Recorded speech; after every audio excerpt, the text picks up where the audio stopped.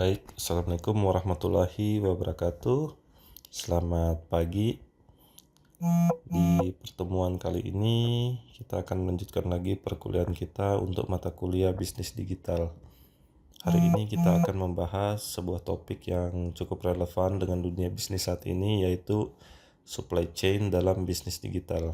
Sebelum kita masuk ke materi, saya ingin mengajukan suatu pertanyaan pembuka terlebih dahulu. Pernahkah kita membayangkan gitu ya, pada saat kita memesan sebuah produk secara online, misalnya melalui e-commerce seperti Shopee atau Tokopedia, lalu kita perhatikan bagaimana prosesnya sehingga barang tersebut bisa sampai di depan rumah kita dalam waktu 1 atau 2 hari saja. Jadi di balik proses pengiriman yang kelihatannya sederhana itu terdapat sebuah sistem yang sangat kompleks yang disebut sebagai supply chain. Ini yang akan kita pelajari kali ini. Jadi bagaimana sistem tersebut bekerja, bagaimana teknologi digital mengubah sistem tersebut ya. Sebelum masuk ke materinya, penting bagi kita untuk menyepakati dulu ya tujuan dari pembelajaran kita hari ini. Yang pertama yaitu untuk menjelaskan mengenai konsep supply chain dan bagaimana manajemennya diterapkan di dalam konteks bisnis digital. Kemudian yang kedua, kita bisa menganalisis perbedaan antara supply chain tradisional dan supply chain digital.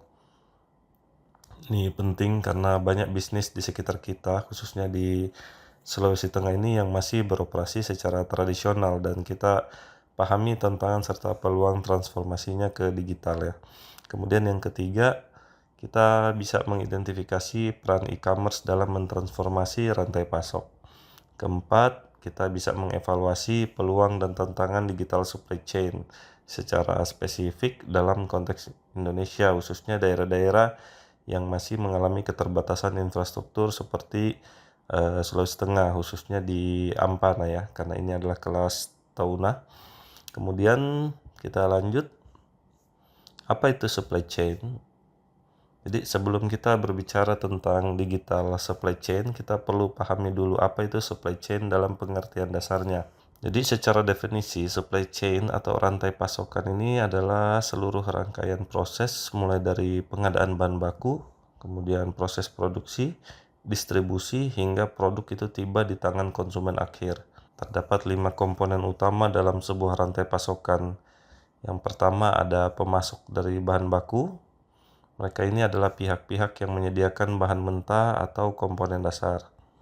Kemudian yang kedua adalah produsen atau pabrik. Jadi pihak yang mengelola bahan baku menjadi produk jadi. Kemudian yang ketiga ada gudang dan distributor. Ini adalah pihak yang bertugas menyimpan dan mendistribusikan produk ke berbagai wilayah. Keempat adalah pengecer atau toko. Jadi di titik penjualan terakhir sebelum produk ini sampai ke tangan konsumen, ada perantaranya dalam bentuk pengecer atau toko ya. Toko ini bisa berupa toko fisik, pasar, maupun marketplace digital. Dan pihak yang kelima adalah konsumen akhir. Kita semua ya sebagai pembeli produk tersebut. Jadi supply chain management atau SCM ini adalah ilmu atau praktek bagaimana kita mengelola seluruh aliran distribusi ini secara efisien, responsif, dan terintegrasi. Tujuannya untuk memastikan bahwa produk yang tepat dalam jumlah yang tepat tersedia di tempat yang tepat pada waktu yang tepat dan tentunya dengan biaya yang serendah mungkin. Kemudian kita lanjut. Sekarang kita masuk ke pertanyaan berikutnya, apa yang berubah ya ketika supply chain itu bertransformasi menjadi digital? Dari sisi informasi, ya dalam sistem tradisional informasi itu mengalir secara manual. Biasanya dicatat di buku, dikirim via email, dan sering mengalami keterlambatan bahkan kesalahan. Dalam sistem digital, informasi itu mengalir secara real time dan otomatis. Ketika stok di gudang kurang, sistem akan langsung memberitahu semua pihak terkait tanpa menunggu laporan dari si penggunanya ya, si manusianya. Kemudian dari sisi koordinasi, sistem tradisional ini mengandalkan komunikasi yang masih konvensional ya, seperti telepon, email yang masih terpisah-pisah. Jadi setiap pihak itu bekerja dalam bagian-bagian masing-masing. Sementara kalau sistem digital itu menggunakan platform yang terintegrasi. Jadi semua user atau pelaku yang terlibat di dalam supply chain ini dapat melihat data yang sama secara bersamaan. Dari sisi prediksi permintaan, sistem tradisional itu dalam membuat persediaan itu mengandalkan intuisi dan pengalaman masa lalu. Sementara sistem digital itu dapat memprediksi menggunakan data analisis ya dan artificial intelligence. Dia mampu menganalisis ribuan data ya, termasuk tren media sosial, cuaca, dan perilaku konsumen. Dari sisi manajemen stok, sistem tradisional itu cenderung menyimpan stok dalam jumlah yang besar sebagai bumper ya, sebagai penyangga, karena informasi itu tidak pasti. Sementara dalam sistem digital ini memungkinkan untuk melakukan namanya pendekatan just in time. Jadi stok itu diadakan sesuai dengan kebutuhan aktual. Dari mana ini kita tahu ya, berdasarkan analisis data yang sudah dilakukan oleh platform kita. Nah, sehingga modal kita itu tidak tertahan atau tidak membeku ya di dalam gudang. Dari sisi kecepatan, apa yang ada dalam sistem tradisional itu masih membutuhkan waktu yang berminggu-minggu hingga berbulan-bulan. Sementara di sistem digital ini proses itu bisa diselesaikan dalam hitungan jam bahkan hari gitu ya. Nah, kesimpulan yang perlu ditekankan di sini bahwa digital supply chain itu bukan sekedar komputerisasi ya proses lama, tapi ini adalah transformasi secara fundamental terkait cara berbisnis kita. Ya, selanjutnya tentang teknologi apa yang menggerakkan transformasi digital ini ya. Jadi terdapat 5 teknologi kunci yang menjadi pilar dari supply chain digital ini. Yang pertama itu adalah big data dan analytics. Jadi teknologi big data ini memungkinkan perusahaan untuk memprediksi permintaan dengan akurat. Data yang dianalisis tidak hanya dari catatan penjualan tetapi juga dari tren pencarian online, ulasan produk, bahkan informasi cuaca ya. Bayangkan ada sebuah perusahaan distributor ikan di kota Ampana yang menggunakan analitik data untuk memprediksi kapan permintaan ini akan melonjak gitu. Misalnya menjelang hari raya atau hari-hari besar ya, sehingga mereka bisa menyiapkan pasokan lebih awal. Kemudian yang kedua adalah teknologi Internet of Things atau IoT. Jadi IoT ini menghubungkan perangkat-perangkat fisik ke dalam jaringan internet sehingga dapat saling bertukar data secara otomatis. Contoh konkretnya misalnya kita memasangkan sensor ya pada mesin kasir. Jadi kalau yang pernah lihat ada di toko-toko di Amerika itu retail yang seperti Alfamidi itu untuk melakukan scan barcode mereka tidak lagi menggunakan alat tapi mereka cukup melewatkan produk tersebut di atas meja kasir, otomatis akan terbaca produknya apa, harganya berapa ya. Ini adalah contoh dari penerapan IoT. Kemudian yang ketiga adalah teknologi AI atau Artificial Intelligence dan juga Machine Learning. Jadi kecerdasan buatan ini digunakan untuk mengoptimalkan rute pengiriman, mendeteksi adanya perubahan-perubahan yang bisa berpotensi menjadi masalah besar. Jadi sistem ini atau teknologi ini bahkan bisa memutuskan kapan dan berapa banyak barang harus dipesan ulang secara otomatis. Kemudian teknologi keempat itu adalah blockchain. Ini adalah teknologi baru gitu ya, yang menciptakan sistem pencatatan data yang tidak dapat dimanipulasi dan dapat diverifikasi oleh semua pihak. Walaupun ini masih belum banyak digunakan gitu khususnya di Indonesia, apalagi di Palu ya, tapi tidak menutup kemungkinan ke depan teknologi ini mulai familiar untuk kita gunakan. Ini biasanya diimplementasikan dalam bentuk smart contract. Kemudian yang kelima adalah cloud computing. Jadi ini adalah komputasi awan, memungkinkan semua pihak dalam rantai pasok itu untuk mengakses dan berbagi data yang sama secara real time tanpa perlu infrastruktur IT yang mahal. Contoh sederhananya ya Google Drive gitu ya. Kita bisa berbagi data atau informasi dengan pihak lain hanya dengan membagikan link. Sehingga apa yang ada di dalam komputer kita, itu juga yang akan dilihat oleh mitra kita. Kemudian kita lanjut bagaimana e-commerce dan revolusi supply chain gitu ya. Nah, jadi pertumbuhan e-commerce ini cukup pesat, terutama 10 tahun terakhir gitu ya. Sudah menciptakan berbagai macam tuntutan-tuntutan yang baru bagaimana mengubah cara supply chain dilaksanakan di lapangan. Ada 4 tantangan utama ya yang perlu kita pahami terkait dengan penerapan atau perubahan supply chain ini ke digital. Yang pertama itu adalah last mile delivery. Ini adalah segmen pengiriman dari gudang ke pintu rumah konsumen. Jadi ini adalah proses terakhir supaya produk tersebut bisa sampai ke konsumen. Jadi dalam sistem distribusi barang gitu ya, walaupun ini adalah proses yang terakhir, tapi ini adalah proses yang paling membutuhkan biaya paling mahal dan paling kompleks dalam rantai pasok. Nah, misalnya kita bayangkan ada kurir ya yang kita tugaskan untuk mengantar produk dari gudang kita ke wilayah tertentu, misalnya dalam satu kelurahan. Sementara rutenya ini kan bisa berbeda-beda ya. Nah, ada yang ke rute A, rute B, rute C, walaupun masih dalam kelurahan yang sama. Jadi bagaimana kita bisa mendesain supaya rute pengantaran ini bisa optimal tanpa membuat kurirnya itu harus mondar-mandir dan menghabiskan bahan bakar. Kemudian yang kedua itu terkait dengan returns management, jadi atau manajemen retur ya. Nah, salah satu karakter dari e-commerce itu adalah tingginya tingkat pengembalian produk. Nah, jadi kan ini produk ini dikirim dulu gitu. Jadi pada saat produk itu sudah sampai di tangan konsumen, mereka akan mengecek gitu produknya sudah sesuai atau belum, apakah ada kerusakan atau tidak. Kalau konsumen tidak puas atau produk itu tidak sesuai dengan ekspektasi mereka, mereka bisa saja mengirim atau mengembalikan produk tadi. Nah, ini kan berarti butuh distribusi kembali ya, tapi yang disebut sebagai reverse logistik. Jadi kalau yang tadi dari pabrik sampai ke konsumen, kalau retur ini berarti dari konsumen balik lagi ke penjualnya, dan ini membutuhkan sistem sendiri.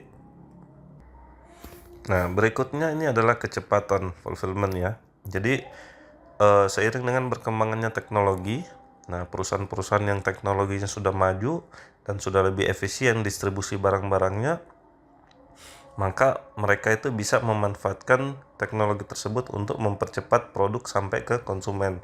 Bahkan ada yang menjanjikan 1-2 hari ya, ada juga yang menjanjikan di hari yang sama. Nah, ini ikut mengubah ekspektasi konsumen global. Jadi apa yang dilakukan oleh Amazon di Amerika Serikat sana itu juga diharapkan bisa terjadi di Indonesia. Walaupun kita tahu di Indonesia ini wilayahnya lebih berbeda ya. Kita ini kepulauan, sementara di Amerika sana satu daratan. Jadi untuk pengantaran lebih cepat itu tentu akan menjadi tantangan tersendiri.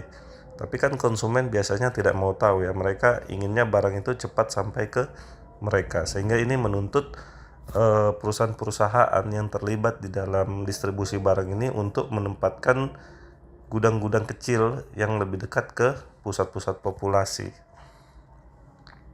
Kemudian yang keempat itu adalah omnichannel stock. Jadi bisnis modern itu tidak bisa lagi memisahkan antara stok baik itu untuk penjualan online maupun offline. Nah, konsumen yang melihat produk di toko fisik mungkin membelinya secara online atau sebaliknya. Nah, misalnya saya kemarin baru beli jam tangan Huawei ya gitu ya. Nah, saya ngecek barangnya itu di toko fisik. Nah, saya lihat dulu seperti apa bentuknya, saya lihat seperti apa fiturnya. Setelah itu belinya bukan di toko tersebut, tapi saya belinya secara online. Nah, ini tentu dibutuhkan sistem manajemen dari si pemilik brand tersebut gitu ya. Bagaimana bisa memanage inventory antara di toko fisik maupun yang online, supaya pada saat terjadi transaksi baik di toko fisik maupun toko online itu bisa langsung dipenuhi. Oke, kita lanjut ke studi kasus ya. Jadi studi kasus kalau kita berbicara mengenai distribusi atau supply chain dan inovasi teknologi di dalamnya, maka tidak akan kita terlepas dari perusahaan yang namanya Amazon. Jadi Amazon ini adalah salah satu contoh studi kasus terbaik di dunia bagaimana mereka bisa mengubah sistem supply chain dari yang tadinya tradisional menjadi digital. Jadi Amazon ini bukan cuma sekedar toko online, mereka juga itu adalah perusahaan yang menjual produk-produk lain. Nah, jadi yang pertama itu ada namanya Amazon Prime. Ini mengubah industri secara permanen ya, ketika Amazon menawarkan pengiriman gratis dalam 1 hingga 2 hari. Jadi konsumen di seluruh dunia itu mulai mengharapkan standar yang sama akhirnya terkait dengan delivery ini atau proses distribusi barang ini. Kemudian yang kedua ada yang namanya FBA ya, Fulfillment by Amazon. Jadi sistem ini memungkinkan jutaan seller ya, penjual menitipkan stok mereka di gudang Amazon. Jadi kita membiarkan Amazon yang menangani seluruh proses logistik mulai dari penyimpanan, pengepasan hingga ke pengiriman. Nah, sehingga prosesnya itu menjadi lebih efisien. Jadi diibaratkan misalnya di Ampana kita membuat sebuah bisnis toko ya untuk mendistribusikan barang merchant. Kemudian tentu yang suppliernya kan bukan cuma dari kita ya, tapi dari banyak toko. Nah, jadi metode FBA ini, jadi penjual-penjual itu menitipkan produknya di suatu tempat ya. Jadi nanti biar tempat tersebut yang akan menangani seluruh proses logistiknya. Nah, tentu ini menciptakan sebuah ekosistem yang saling menguntungkan. Kita sebagai seller tidak perlu direpotkan dengan proses logistik. Kemudian teknologi berikutnya yang menarik dari Amazon ini adalah Amazon Robotics ya. Jadi salah satu investasi besar-besaran yang dilakukan oleh Amazon adalah melakukan otomasi gudang. Mereka memanfaatkan teknologi robot di mana ada sekitar 750 robot ya, 750.000 robot yang bekerja di gudang-gudangnya mereka. Nah, ini robot ini kan bisa bekerja dengan lebih efisien, lebih cepat, lebih akurat, dan bisa bekerja 24 jam. Nah, ini tentu bisa menekan biaya operasional sekaligus meningkatkan kecepatan dan akurasi pengiriman barang. Kemudian yang berikutnya adalah last mile network. Jadi tadi kita lihat salah satu tantangan dalam logistik itu adalah pengantaran oleh kurir ya. Nah, Amazon ini memanfaatkan yang namanya kurir-kurir independen untuk menangani pengiriman di kilometer-kilometer terakhir. Mereka biasanya bekerja dengan mirip-mirip dengan modelnya ojek online. Jadi ada freelance kurir yang bertugas untuk mengantar. Nah, mereka tidak perlu lagi menyiapkan karyawan dalam jumlah yang banyak.